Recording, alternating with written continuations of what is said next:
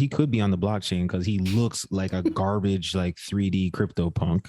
Just a few pixels thrown together in a bag and shaken up. But what are they gonna do though? Are they gonna did they just rug and leave with 70 million? Oh, okay. So it gets better. So after that, the founder goes on a buying spree of blue chip NFT projects, Bored Apes, Mutant Apes, Cool Cats, like Azukis, whatever is hot right now. Went and bought like a whole bunch of them, transferred them to another wallet. Right? People are tracking this because it's on a blockchain. Like that's why, I said people are private investigators in this space because they'll literally go find your wallet and be like, this guy's been moving this to this. Welcome to another episode of the First Class Podcast. Got my guys, Professor Sticks. Sir. Got my guy, Canucks. Yeah, I mean. And we're talking about recent events in the NFT crypto space. I don't think I can say that without talking about what I think is a historical time in the NFT space, right? The Pixelmon drop. Pixelmon. Yes, Pixelmon. I guess they're coming out like with a play to earn game, and the founder was a Roblox streamer. There was a lot of hype. They ended up minting the art for 3 ETH, right? It was a Dutch auction, went for 3 ETH. Minted out the project, got 70. What's a Dutch auction? First of all, is that where it goes in reverse? Like, how's it work? Yeah, it starts at a certain price, and then I think you can cap it off to go as low as a certain price. So I guess the lowest one sold for 3 ETH. So in a Dutch auction, say it starts at 10 ETH, and the lowest price would be 1. As soon as it opens, the cost is 10. Mm-hmm. So if you're really thirsty to buy it, you buy it for 10. If you're not as thirsty, you wait. You're just waiting. Then it goes down to 9. It's somebody super thirsty and they buy one at 9, but the rest of the people will wait. Yeah. And it just keeps going down. Yeah. So I'm assuming I guess it depends on like how much demand there is. So like if it starts off at 10 and everybody wants to buy off at 10, then that's what it sells off at 10.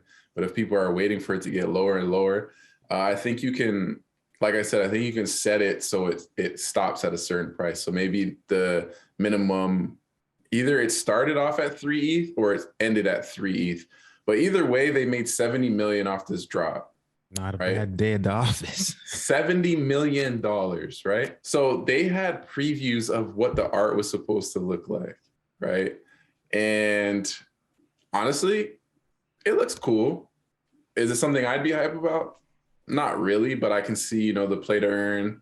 Everybody was hype about that and all the things that they had to offer. Oh, wait. Is it this thing that you sent in the Discord? Bro, can we pull the art up?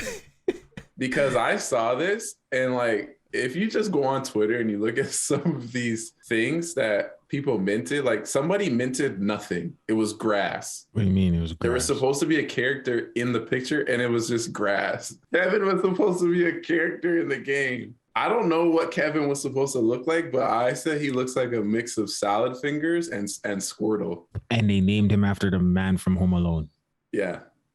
What?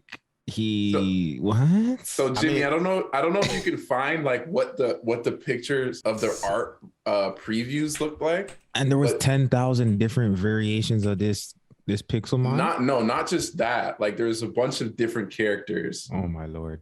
But he was just one of them. He was probably like just the biggest memified character out of the collection. The pick of the litter. Yeah, and I guess people started digging, you know NFT Twitter, like they go in, like private investigators, they're crazy. I guess they found that the artist was actually, the collection actually was taken from Upwork. So they hired people to make it for it's not even original art.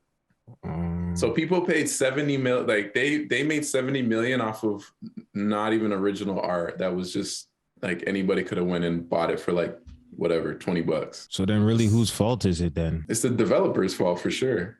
Is this it? Actually, that's what Pixelmon was supposed to look like. This looks kind of dope. That's what I'm saying. So imagine you're thinking you're getting a game like that and then you get a Kevin and you paid 3 ETH for some $5 to $20 art. But how is it possible that, like, where did they get the mock-ups from? Like, you know what I'm saying? Were any of them good, or was every single one trash like this? Every single one of them was pretty bad. Like there was a couple that were like, oh, that's decent, but then there was like some like really really bad ones because like I guess like the 3D capability of the art, like it wasn't able to like it didn't translate. Yeah. So when I was diving into like the NFT gaming space, I found out that a lot of developers, or maybe they weren't developers, they were just people selling a dream. They were just going to like Unreal Engine or any of these mock-up softwares and designing, because you could just, next, like kind of like you're creating a player on 2K. You're just going next face. So they were just designing these mock-ups and showing it to people and saying, hey, this is going to be in the game. This is an NFT that's going to be in the game. But they never actually had coded anything. They were just using a plug and play system to kind of, I guess, market their game that they hadn't even developed yet. A lot of people, like, they just sell you based off what sounds good, right? But like, I don't think people realize like how much goes into actually making a game. Oh yeah. You know what I mean? Like, even if you have the money, it still takes time, right? So years. Yeah. It generally takes years to build out a good game, because it's not even just about the aesthetic of it, but it's actually about making it fun. If there's like a system, tokens or earnings or like points, you have to balance the economy in there. Then you have to have like, the environments, not just like the characters. Then you have to actually have a storyline or a plot, character development, all kind of stuff. That's why games usually can take like 10 plus years to make and they still flop. Cyberpunk.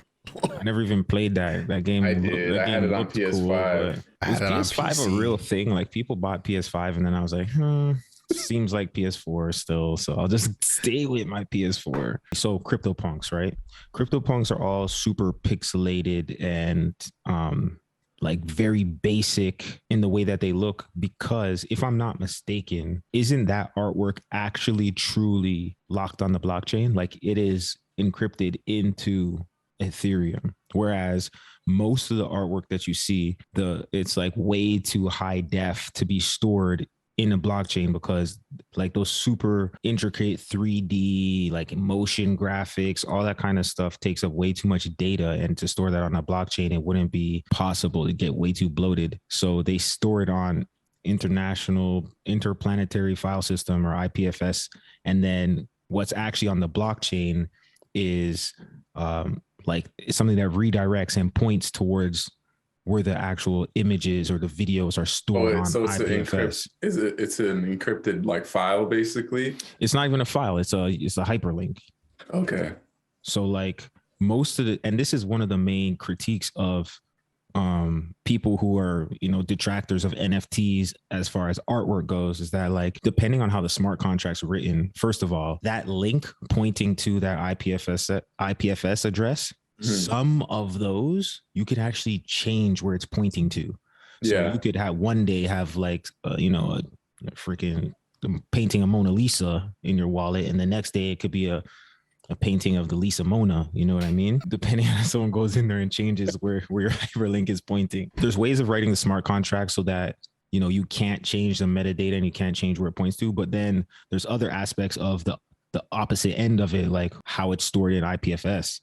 Yeah, I don't know a lot about that, but the whole basic thing is you're not actually owning the asset all the time. Sometimes you're owning a hyperlink that points to something that exists. Yeah. So that's like one of the negative things that people say about NFTs. I was going to say that makes sense, because I was actually listening to a podcast the other day, and they were talking about this company that actually allows you to say, like, if a project like just disappeared and like they like wiped their NFTs out, they have it so they can actually go in and like save your NFT actually. So like your NFT will still show up in your wallet and you'll still have ownership of it. And they probably do something with the smart contract to where they can like save it so it's consistently shows that same image and you still have ownership of it. Yeah, I believe that. That's one of the main pain points with this whole thing, is like, will my NFT live forever, or is there a potential for it to be,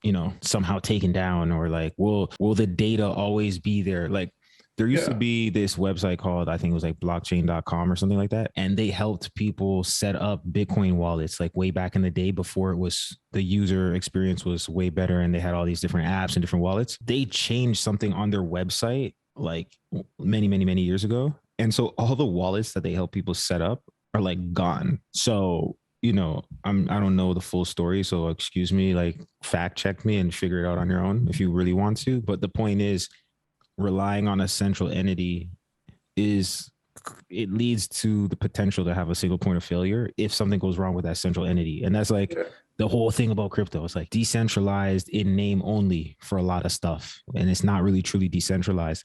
I'm not here to say like, don't buy NFTs or anything. Like, it's by all means everything. Like I got a couple of them bad boys as well. I got a few, but it's just knowing what the technology is. I think this is obviously a place I got to do a little bit more research too, but you got to just know about this kind of stuff, man. Like Kevin's definitely possible. He could be on the blockchain because he looks like a garbage, like 3D crypto punk. Just a few pixels thrown together in a bag and shaken up. But what are they gonna do though? Are they gonna did they just rug and leave with 70 million? So after that, so it gets better. So after that, the founder goes on a buying spree of blue chip NFT projects, Bored Apes, Mutant Apes, Cool Cats, like Azukis, whatever is hot right now.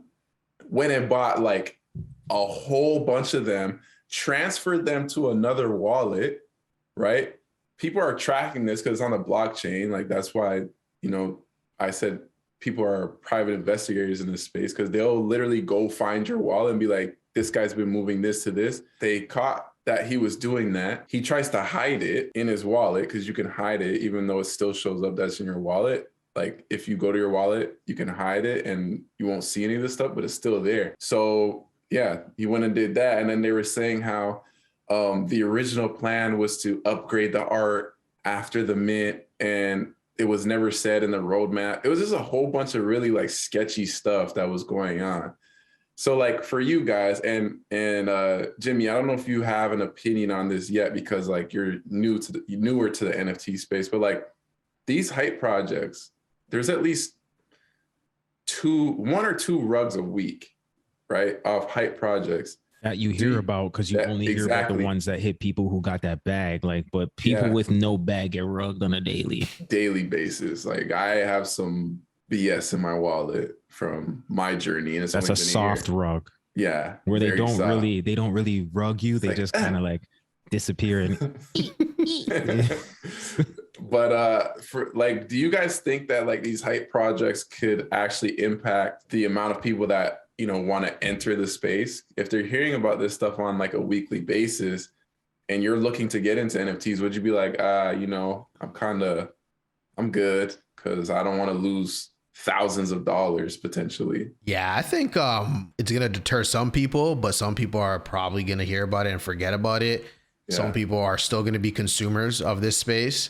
Because I think most people are actually consumers. And then there's the would-be like, and I consider the people who are trying to like make a flip, and I consider them also just consumers, right? Like they're just participating in the space because they got money to blow. But I think people are always going to look for an opportunity. And so anything that looks flashy, if it's backed by these big people that have this big hype, people are going to buy in because there's hype behind it. Like there's always been a market for hype. Like you could sell anything to anybody if you got the right person hyping it up. So I think that'll always be in this space, but I don't think it'll deter the onboarding process, because I think ultimately like the top projects will win out. And like in any fledgling market, you're always going to have these weird products that pop up that like can make a couple $1 million. And it's going to, line the pockets of the people who started up. But the people who stay the longest and actually like penetrate the market and stay for a long time, I think those people will always be onboarding new customers until they can stabilize the market and like what is going to be rugged, because it'll be going through things like maybe Coinbase. That's where you buy your NFTs from. And that'll go through a process that's vetted properly or something like that. You know what's crazy though?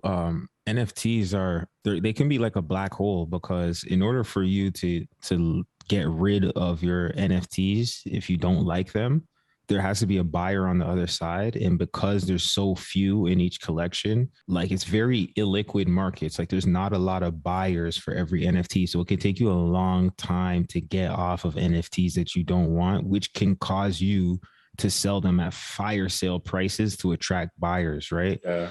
So it's like, if I want to get out of Apple, there's billions of shares trading. Like people are going to buy Apple shares every single day. People probably are not buying Kevin every day. Like, and if they are, you right here. the price that you paid, like God knows, I am not translate ETH into dollars, and then you're looking at like multiple thousands of dollars. God knows that I'm not paying for that. But a lot of the people who have already, found wealth in different ways in this crypto economy in some way, shape, or form or other, I think those are the ones who buy a lot of these ones that are like just the meme. You know what I mean? Like somebody's gonna buy that, Kevin, because it's a like you said, a historical moment. God knows I'm not buying it. Let me just tell you that people are buying the Kevin. Like the floor, the last time I saw, I think the floor for a Kevin was like 7 ETH. I mean, I'm an old man when it comes to this stuff. Not me. Yeah, like I'm looking at the collection right now. It's like a mix of Pokemon and like I don't even know. It looks like Pokemon, but you didn't blow in the cartridge and it's dusty. It's like it didn't load all the way.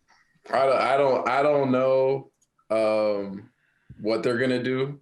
I'm not trying to bash the founder. I'm bashing them. There you go. They're like, I'm bashing them. But you know what, though? I'm also bashing the people who invested, because at the end of the day, I'm not even bashing them. I'm just saying, like, what do you expect? This is the world where there's no customer support to call, right? So if you're going to enter that realm, just know what it is. You can't complain.